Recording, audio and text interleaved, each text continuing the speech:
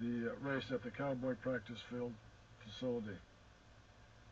Now, the Sports Science Network has presented some factors for speed development, all the way from your pre-start, your mental state, your preparation mentally to do the job, your reactions or reflexes are a definite resource, the block clearance, the starting force getting out of the blocks, the acceleration in the short term and long term, the horizontal force that enables you to get down the track or on the field, depending upon the situation, the vertical force to maintain the body's force in the running position, sustained force, the ability to maintain the force over any particular distance, which is also related to your capability of your endurance, speed endurance.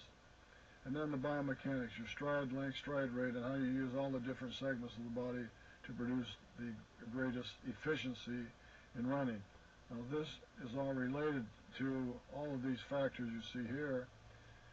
You have a current rating, whether it happens to be speed or football playing ability or throwing or no matter what it is equal to your potential, how well you could perform potentially, and then the losses due to faulty process. Now, this is Tony at the Super Teams competition in Hawaii in the 80s, where the Cowboys met the Super Team baseball team, and this is one of the events of the 100 meters run quite handily by Tony, and winning that quite easily.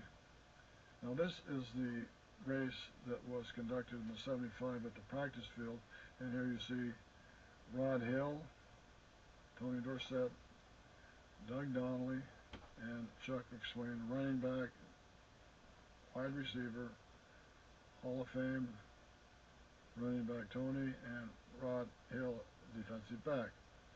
You see a 10-yard marker. Now, this is right at the gun, and you just see actually just the hand of the arm clearance here and Rod coming out of the blocks.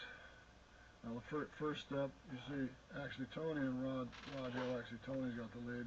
Looks like Doug and Chuck are a little bit late out of the blocks and reacting to the gun. Now, this is the second step and the third step. Here you see Tony has the advantage of getting started. He's quite well known for his ability to accelerate and change directions. In fact, I had only seen Tony hit with a devastating tackle about 1 or 2 times, but he was very perceptive, as well as being able to handle the force and direct it in his favor. Now, at the 10-yard mark, you see Tony has accelerated quite handily. Rod Hill is right on his shoulder, and Doug is a little bit back. He didn't get out.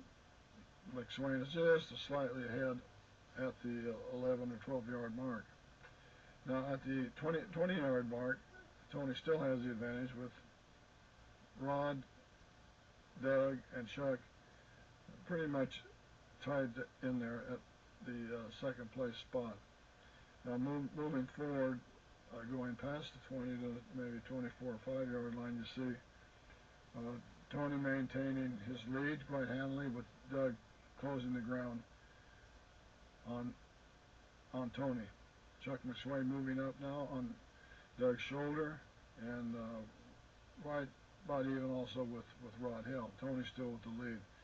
Now, as we move a little bit farther into the race, Doug is pulling on Tony, but Tony's still maintaining his lead. At the 40, Tony is definitely there with Doug right on his shoulder, and Rod and Chuck are pretty much neck and neck.